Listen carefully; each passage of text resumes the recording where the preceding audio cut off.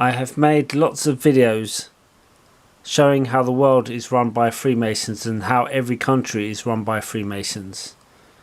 Now I'm going to show more evidence of this. So we're looking at the celebration of the 300 years of Freemasonry, which was celebrated in 2017. So the first Masonic Lodge was in England and it opened in 1717, and so on October the 31st, Halloween,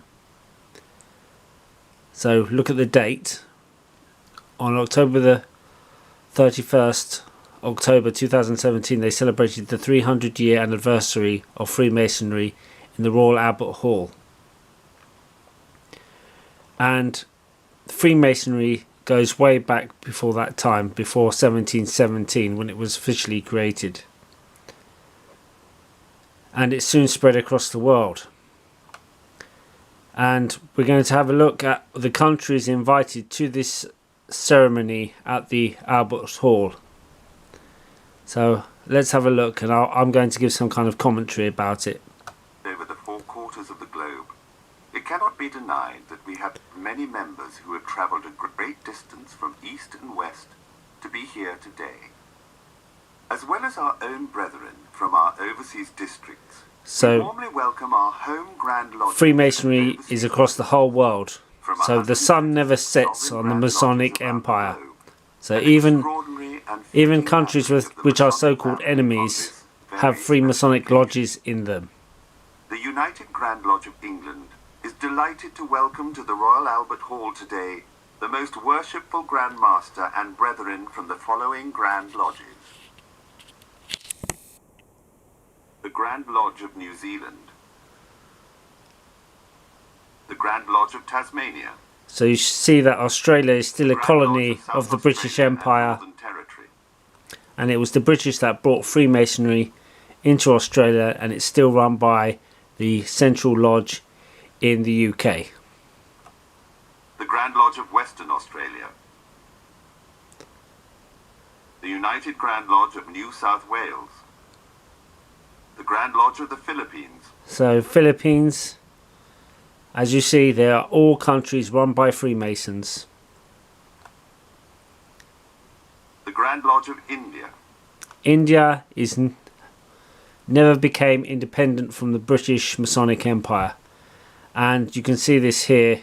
So India has a Grand Lodge, and it's true that their politicians are elected, and people like the Mittals, so the richest family in India called the Mittals, actually work for the British and for Freemasonry, and they are just puppets. And Tony Blair tried to get them a visa in Romania, so they're like crooks, but they work for the British Empire. And then you see them in these magazines that say they're the richest people in the world, when they're not. They're just minions of the Masonic Empire. The Grand Lodge of Russia. So there you go, Russia again. Freemasonry during the Russian Revolution, it was all planned in England. Trotsky, Stalin and Lenin all met in London before the revolution, all financed by the Rothschilds and Freemasonry. The Grand Lodge of Mauritius, the Grand Lodge of the State of Israel. So Israel, the most important Masonic state, because they worship the Temple of Solomon, and it's obvious that one day the Temple of Solomon will be rebuilt. The Grand Lodge of Armenia, the Grand Lodge of Greece, the Grand Lodge of Denmark, the regular Grand Lodge of Serbia, the regular Grand Lodge of Italy, the National Grand Lodge of Poland. So every country, the Grand Lodge of Congo, has a Masonic lodge. Africa, again, still run by the Masonic Empire. And when the British Empire and the French Empire conquered Africa, they always knew that they couldn't hold these places like India and Africa because there was too too few of them to control the country. So eventually they knew they would have to train people from those countries to take the power positions, and that's why they have these Masonic lodges in Africa, and it's still run by Freemasonry and by the City of London. Still, all of it is still run by that system. The Grand Lodge of Moldova. The Grand Lodge Alpina of Switzerland. The Sovereign Grand Lodge of Malta. Switzerland and Malta, Knights of Malta. Switzerland, another tax haven, which is a centre of Freemasonry, and which spread lots of ideas like Protestantism during the Reformation. The Grand Lodge of Slovenia. The Grand Lodge of South Africa. The Grand Lodge of Luxembourg. The Grand Lodge of Cameroon. The Grand Lodge of Lithuania. The Grand Lodge of Gabon. The Grand Lodge of Macedonia. The Regular Grand Lodge of Belgium. The Grand Lodge of Nigeria.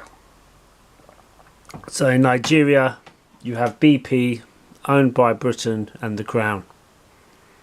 So all their politicians, they're all puppets, as you can see here. The Grand Lodge of Croatia. The Grand Lodge of Latvia. The Grand Lodge of Scotland. The Grand Lodge of Iceland. The Grand Lodge of Quebec. So now we go on to Canada. Before you had Scotland, one of the main centres of Freemasonry. You have Canada, which is just still part of the British Empire. The Grand Lodge of British Columbia and Yukon. The Grand Lodge of Alaska. The Grand Lodge of Nova Scotia. The Grand Lodge of Minnesota. The Grand Lodge of Canada, Ontario. The Grand Lodge of Oregon. The Grand Lodge of Louisiana. So you have the United States, a Masonic country, which was created with people like George Washington, who was a high-level Freemason. And the British could have killed him many times, but they didn't, because it was all planned. And so the American rebellion against the British was all planned, and it's a complete lie. So you had Freemasonry declare America independent, and in the South America you had Simon Bolivar, who was also a Freemason from a Spanish family. He was initiated in a lodge in Cadiz, Spain, and he was the one that took South America and made it independent in South America. They were all Freemasons, all had connections to the Grand Lodge of the UK. The Grand Lodge of Maine. The Grand Lodge of Wyoming. The Prince Hall Grand Lodge of California. The Grand Lodge of South Dakota. The Grand Lodge of Wisconsin. The Grand Lodge of New Mexico. The Prince Hall Grand Lodge of Ontario. The Prince Hall Grand Lodge of Wisconsin. The Grand Lodge of Vermont. The Grand Lodge of Kansas. The Grand Lodge of North Carolina. The Prince Hall Grand Lodge of Nevada. The Grand Lodge of Connecticut. The Prince Hall Grand Lodge of New York. The Grand Lodge of Indiana. The Grand Lodge of Pennsylvania. So you can see how involved America is in Freemasonry. It's full of Masonic lodges. The Prince Hall Grand Lodge of New Jersey. The Grand Lodge of Arizona. The Grand Lodge of the District of Columbia. The Grand Lodge of Cuba. Grand Lodge of Cuba. Shows you that Cuba, Fidel Castro, communism, they're all part of the same the same team. So some people say that Fidel Castro was actually an actor. The Grand Lodge of Prince Edward Island. The Grand Orient of Haiti, 1824. The Grand Lodge of Washington. The Grand Lodge of the State of Vera Cruz. The Grand Lodge of the Republic of Venezuela. The Grand Lodge of Ecuador. The Occidental Grand Lodge of Colombia at Cali. The Grand Lodge of Peru. So you see all the South American countries have all got Masonic lodges. Simon Bolivar was a Freemason.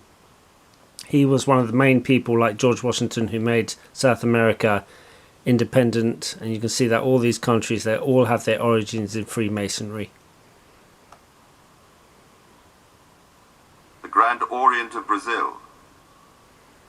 The Grand Lodge of Colombia at Bogota.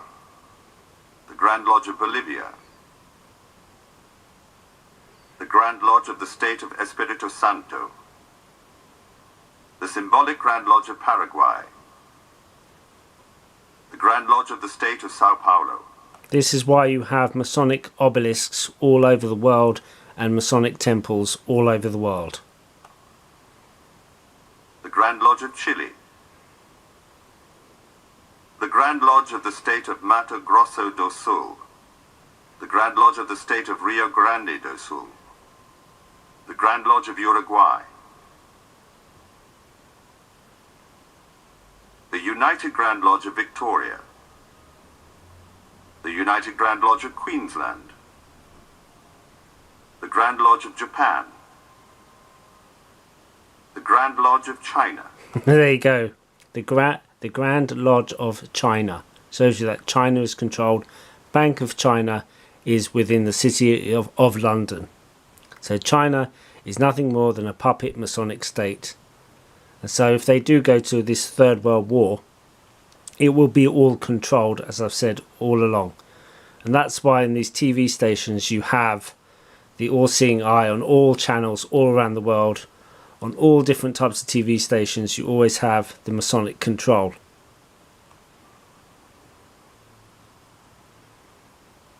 So, the Grand Lodge of Turkey. Turkey, another, they're all, Kemal Ataturk, he was the first leader of modern Turkey. He was a Freemason. So what I hope to show in this is how Freemasonry rules the world, and this proves it. And these were just some of the lodges that attended the celebration of Freemasonry's 300th year old anniversary. Thank you.